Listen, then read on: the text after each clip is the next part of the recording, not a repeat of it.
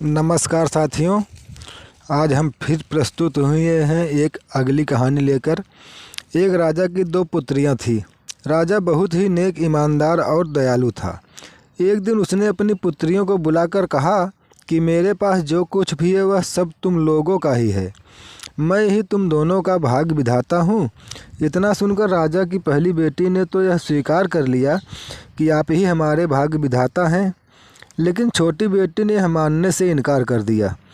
यह सुनकर राजा को बहुत गुस्सा आया और उसने अपनी छोटी बेटी को दंडित करते हुए उसे जेल में डालने का आदेश दे दिया और उनके मंत्रियों ने उसे जेल में डलवा दिया।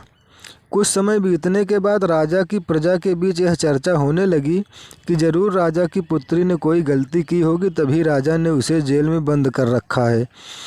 एक दिन राजा अपनी बेटी से मिलने जेल में गया। वहाँ उसकी बेटी बहुत दुबली पतली हो गई थी। यह देखकर राजा को बहुत दुख हो रहा था। उसने अपनी बेटी से कहा कि अब तुम जेल में नहीं बल्कि जंगल में रहोगी। वहाँ वे लोग रहते हैं जो राजा की बात नहीं मानते। तुमने भी हमारी बात नहीं मानी है, इसलिए तुम भी जंगल में उन लोगों के साथ रहोगी। इतना कहकर राजा ने उसे जंगल में भेज दिया। राजा की बेटी जंगल में रहने लगी। वहाँ वह प्रतिदिन तरह तरह के फल खाती थी और बहुत स्वस्थ हो गई थी। कुछ दिन बीतने के बाद वह एकदम स्वस्थ हो गई और जंगल में ही खेती बाड़ी करने लगी। जंगल की सजा पाए लोगों के साथ मिलकर उसने जंगल में ही गुफा को घर की तरह सजा रखा था। उसने एक दिन एक राहगीर को अपनी ओर आता हुआ देखा। राहगीर भी जब उसके सामने पहुंचा तो राजा की पुत्री को देखते हुए उस पर मोहित हो गया और वह वहीं उसके पास रहने लगा और छोटा मोटा काम साथ में करने लगा और धीरे धीरे राजा की पुत्री से प्रेम हो गया। अब दोनों कुशल पूर्वक एक साथ रहने लगे, जीवन बिताने लगे। धीरे धीरे राजा की पुत्री ने जंगल में ही एक बहुत बड़ा गांव बसा लिया और वह खुद वहां की राजा बन गई।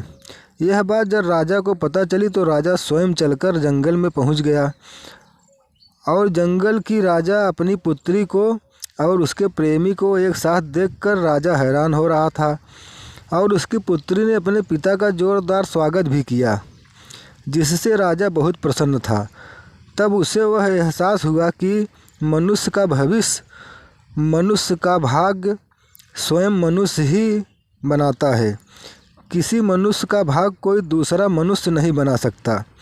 यह कहते हुए राजा ने अपनी पुत्री से अपनी गलती के लिए क्षमा मांगी और उसने उसे अपने साथ अपने राज दरबार ले गया। इस तरह फिर सभी अपना खुशहाल जीवन व्यतीत करने लगे। तो साथियों, इस कहानी से हमें यह शिक्षा जरूर मिलती है कि अपने भाग्य का निर्माता स्वयं मनुष्य ही होता है। यह कहानी आपको कैसी लगी हमें कमेंट करके ज़रूर बताइएगा और हमारे चैनल को लाइक, शेयर और सब्सक्राइब करना नहीं भूलिएगा। तब तक के लिए नमस्कार, धन्यवाद।